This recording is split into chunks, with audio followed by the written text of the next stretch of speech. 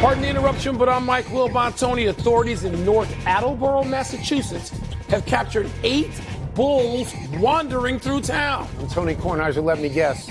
Marcus Pfizer, Fred Hoiberg, Ronnie Lester, Dave Corzine, Cliff Levingston, Will Perdue, Gennaro Pargo, and Tony Snell? Yeah, that's pretty good. You know what?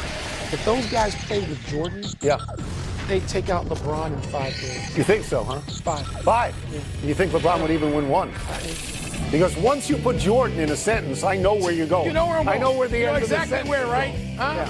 Welcome to PTI, boys and girls. In today's episode, Dan Quinn protects Jaden Daniels, UNLV's quarterback bows out, and Troy Aikman joins us for 5 good minutes.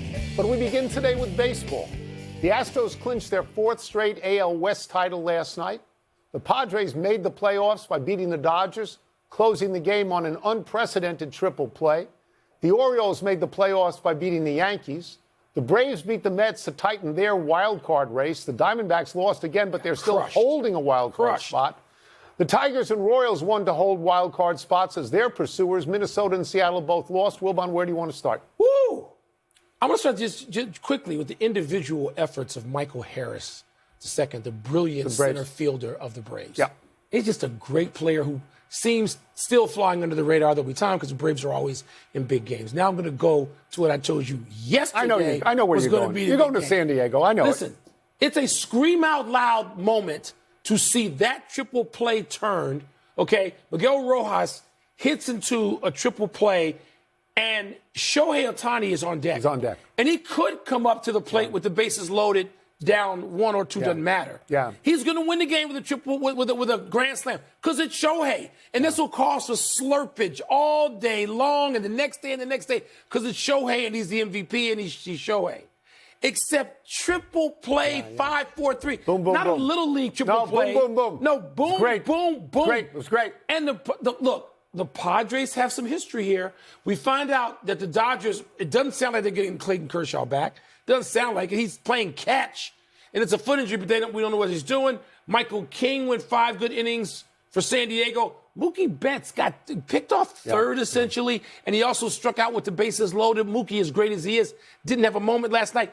This series is chock full of drama, and you need to watch. Yeah, well, I need to watch, except the game started 10:30. Okay. And I knew you would say that because it's no I-95, and the game started 10:30, which is your wheelhouse.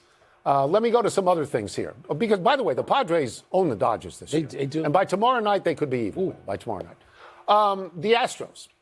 The Astros always win. I believe the Astros started out this season something like 9-20. Terrible. Okay? And you can lose a lot of money betting against the Astros. Don't do it.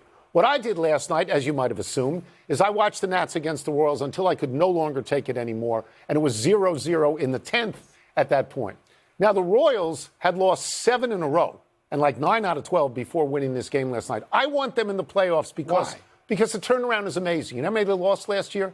106. Yeah. 106. But you know what I find odd, Mike, and maybe someone can explain this to me? How an American League team like the Royals is finishing their season in 2 National League cities against Washington and Atlanta. That doesn't make any sense. Terrible. The surprise of all of this, though, is the Tigers. They're 13-4 recently. They were left for dead by their own general manager, got rid of everybody at the trade line except Tarek Skubal, who's going to win the AL Cy Young, and went 7 scoreless last night. Briefly on the Mets and the Braves, this is getting dicey for the Mets because the Braves won 5-1 last night. But, Mike, they can both get in if Arizona continues to lose. And you know what? Arizona got crushed last night. You know what went unnoticed completely last night? Unnoticed? Aaron Judge hit his 56th home run. Oh, yeah. He's got 139 He's not going to RBI. get to 60. If he gets to 60. But he hit a home run. And by the way, Sale goes tonight for the Braves. And he's going to win the National League. Their numbers are so similar, him in school. So similar. You just dismissed my boy, Shota Imanaga. You just dismissed him. No, he's like not 16-3. Yes, the Cubs are like 22-3. He's not 22-6 in games he's started. Not going to be just dismissed him. He's not going to do that. Stop. Don't be crazy. Don't be crazy. I-85. The expectations for Jaden Daniels are skyrocketing after that perfect game the Commanders rooked through against the Bengals Monday night. Washington has been stuck in the muck for years, leading head coach Dan Quinn to say, quote, "Our fan base has been waiting for the franchise quarterback, but I also don't want Jaden feeling any ghosts," close quote. It's an interesting conversation, Tone.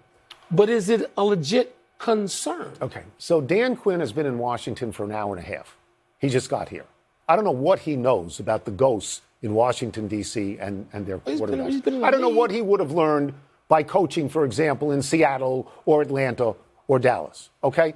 The fan base in Washington has struggled through garbage for the last 2 decades. Not just quarterback They issues. have not had a quarterback start 4 consecutive seasons since, Mark Rippon in 1989 to 1994, which is 30 years ago. They have had a succession of bad quarterbacks, old washed-up quarterbacks who got hurt like Griffin and like Alex Smith, and quarterbacks who left for free agency like Kirk Cousins. Is what Quinn's saying, does it make sense? Sure, it makes sense. Let Jaden Daniels be Jaden Daniels. But, Mike, in this city, as you well know, every time he tucks the ball and goes to run, people see Robert Griffin. Yeah. And Robert Griffin has the same Heisman that he had, and for 13 games, everything looks great. People hold their breaths and cross their fingers. All true, Tony.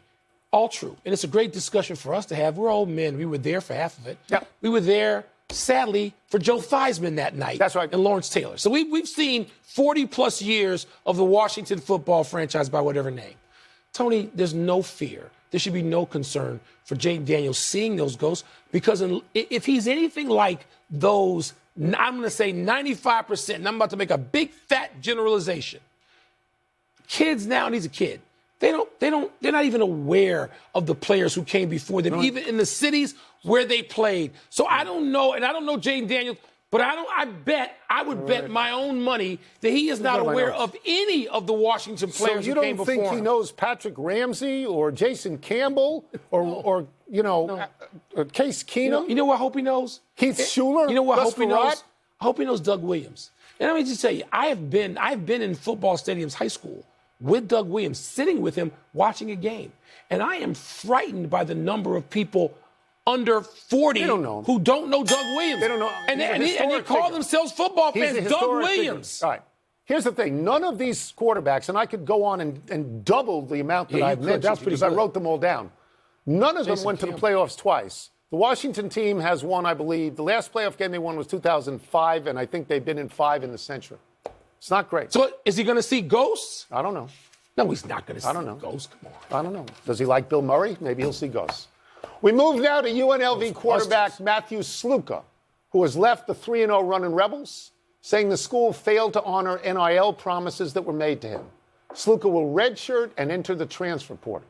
Sluka's representative, Marcus Cromartie of Equity Sports, told ESPN that Sluka was verbally promised a minimum of $100,000 by UNLV assistant coach for transferring there from Holy Cross, and none of it was paid. UNLV's collective says they never agreed to a $100,000 deal with Sluka. Wilbon, are you okay with this apparent business decision by Sluka? Yeah, I actually am. But I'm not into the specific details of this story as much as I am the larger story. Because, Tony, anybody who's around college athletics now, look, I am with my Northwestern Wildcats. I'm seeing up close the landscape change so dramatically. Yeah. You know what and he's not in a Power 5 or Power 4, however many conferences are power now.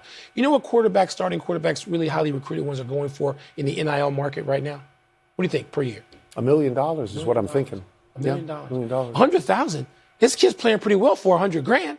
I don't know who to believe, but if this is true, am I okay with him withholding his services and saying no? Yes, if it is true. So what you have here essentially is UNLV and theirs are basically saying this is extortion, that we didn't agree to do this, and now he's leaving us. Right. By the way, they're 3-0 when he leads the team in rushing and passing, so he's going to get off. Well. And what the kid is saying is that there's a breach of contract. Look, we work for a living. If suddenly they stop paying us, we're not no longer work. That's right. We no longer work. The problem for you and I is always the same. There is no such thing, as we used to hear, the student athlete. No. There's no amateur athlete. No, it's all pro Everybody's sports. a pro. It's a pro sports Is this league. crazy? Yes. Is it the Wild West? Yes. Will there be a market change at some point, a correction? Yeah, but not now. But not now. So the most important person in a college right now is the NIL GM, the guy who arranges for the money to go out. A few weeks ago, nobody heard this. I texted you the other day talking about the need to hire at a Division I school, That's right. a certain Big Ten school close to my heart. You have to do it. A capologist. Yes. All I right? understand. GM is a legitimate, you have a GM. So I had a coach tell me last week, a prominent coach, tell me last week, he doesn't want to deal with the player or the money or the NIL. You have to have a GM deal with that and the agent. That's a new job.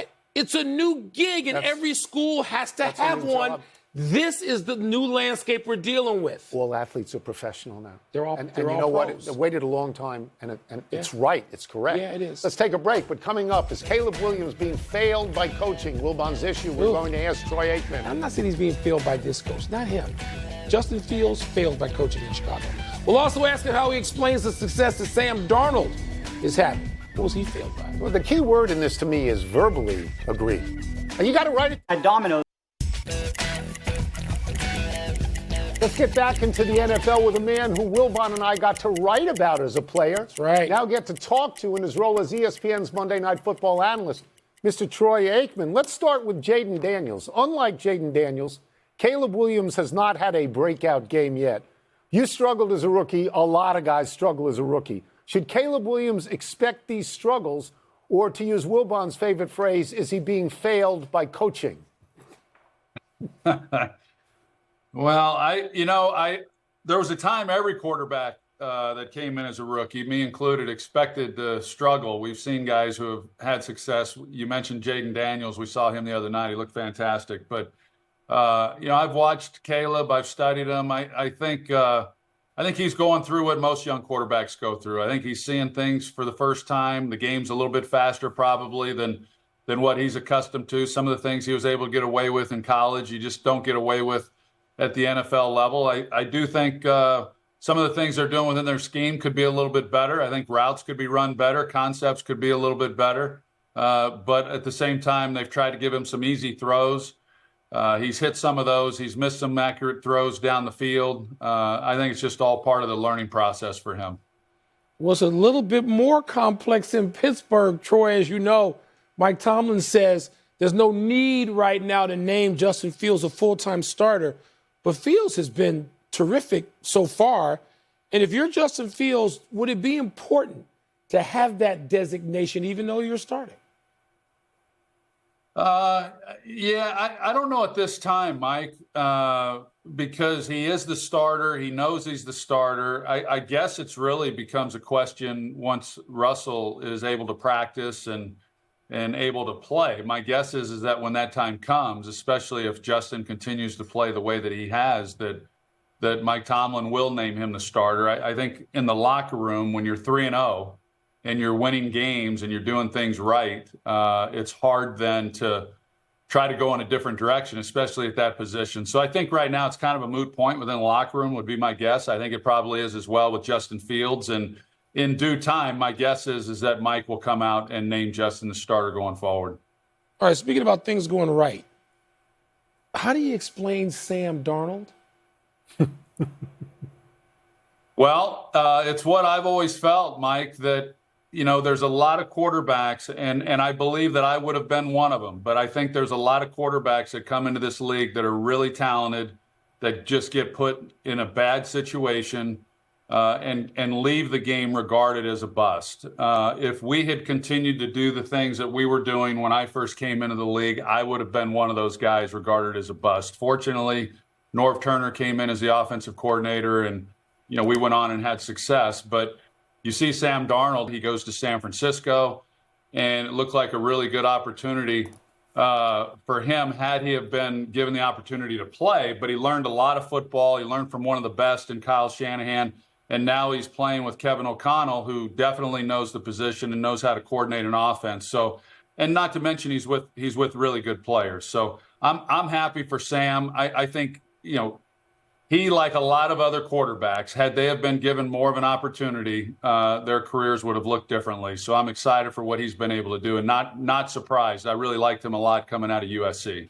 We are gratified, by the way, to hear you say that you might have been a bust, because we know that there is a bust of you, and it's in Canton. Yes. So you were not. You were just a different kind of and bust. We will get you out of here on this. Your team, the Cowboys and Giants, play on Thursday night. Jerry Jones stopped short of calling it a must-win. Do you think it's a must-win?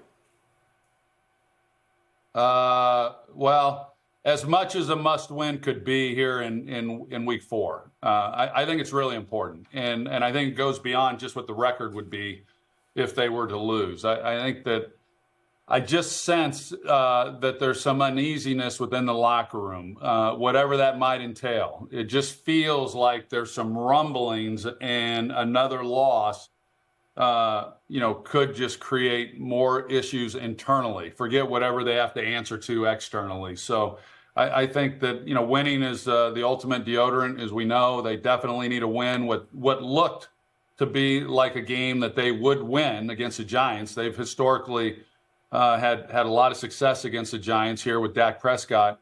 Doesn't look so easy right now. And this, to my surprise, quite honestly, it's the first time the Cowboys will go on the road on a short week. Every other team, I'm told, has done that at least 6 times. So it'll be interesting to see. It'll be interesting to see how they respond to that with a short week after a tough loss, going to New York, division rival, who coming off a win and feeling better about themselves right now. Great pleasure to have you. Thanks as always. Thank you so much. Appreciate it. Thanks, guys. 2 Monday night games this week, starting with the Titans and Dolphins, and then Troy and Joe Buck. They're handling the Seahawks-Lions game. Let's take one last break, but still to come, more injury news involving Kawhi Leonard, Wilma. No, it can't be. More Kawhi Leonard injury. Caitlin Clark and the Fever trying to stay alive in the WNBA playoffs tonight. Good luck with that. There is that bust of Troy in camp, right? Well, you know what? Some shows will tell you that Aaron Rodgers is the greatest quarterback of all time. Like, they never heard of a guy who won 3 times as many Super Bowls on that show? So they never heard of that? Happy time, people. Happy 48th birthday, Chauncey Billups. Oh, man. Billups was a terrific guard for the Detroit Pistons and was finals MVP of their championship team in 2004 when the Pistons beat the Lakers.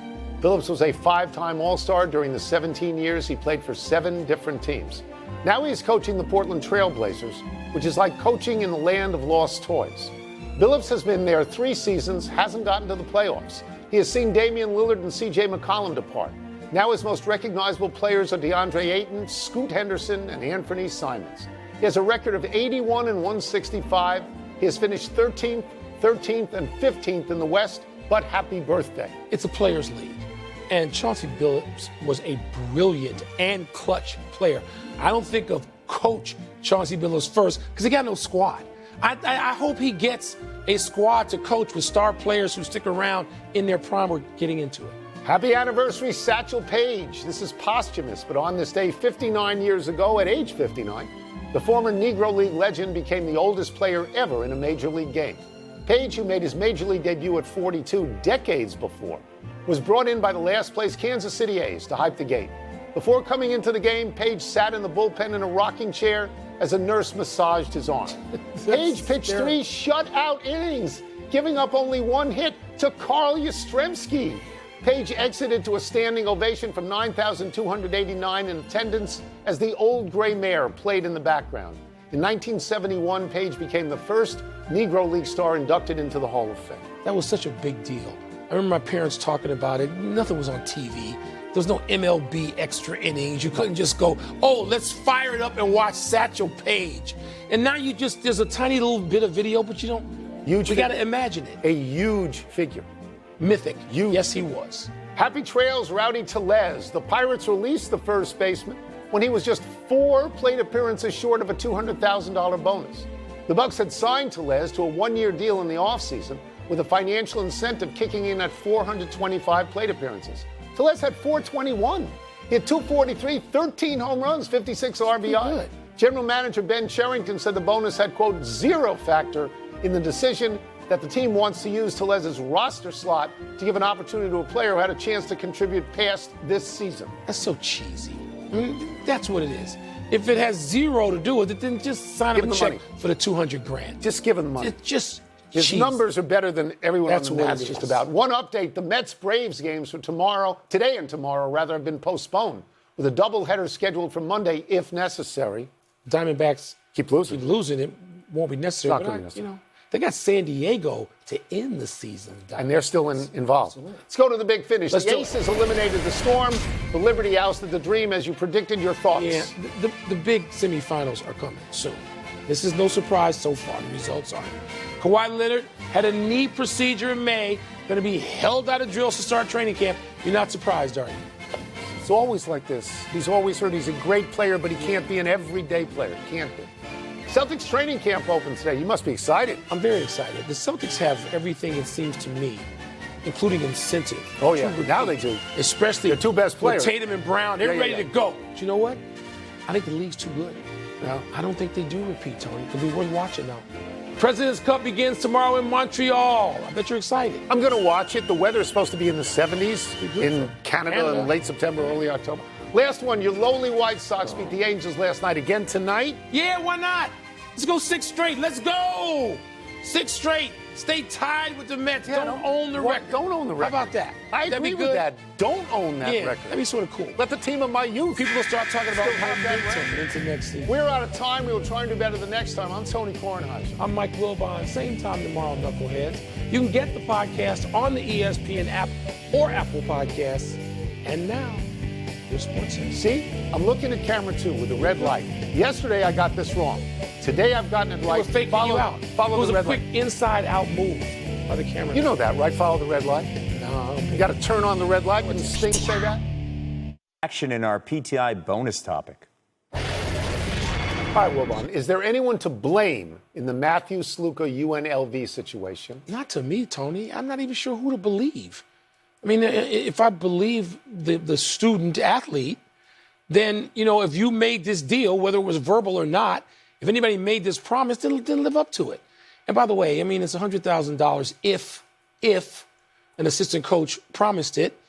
And if he didn't, if I'm the school, I'm saying, wait a minute, I didn't do this. But here's what I know already, that big-time players are going for way more money than $100,000 in college football now. And this is the new world we've walked into. Yep. Everybody who's involved in college sports has walked into this place, and no place bigger and more expensive than college football, where quarterbacks are said to be going for $1 million a year or more. So who's to blame? So I'm not blaming these people. You get a kid for $100,000, pretty you good. know, and you get him out of Holy Cross because you say Holy Cross, hardly a football factory. Let's give this kid $100,000. Meanwhile, they're 3-0 and he's leading them in rushing and passing. So somebody's going to make him an offer. Like you, I don't see that I have to blame someone here. I think what you do is you sit back and you appreciate the new world order of college athletics. You used the phrase before, the student athlete that we grew up with. Yeah. That's gone. They're all pros. There are no amateur athletes anymore. Nope. And they're workers. So if you feel in your mind that you made it an agreement to get paid and you stopped getting paid or never got paid, you walk at that point. The same way you and I would walk. The same way coaches of all of these teams if anybody would have walked. Was perceived as reneging on deal. So what you have here is the UNLV people are basically saying this is extortion. Right. We didn't agree to this. And Sluka and his family are saying, no, this is breach of promise, breach of contract. But in terms of blame, I think people have to just understand we're walking down a path that we've never seen before.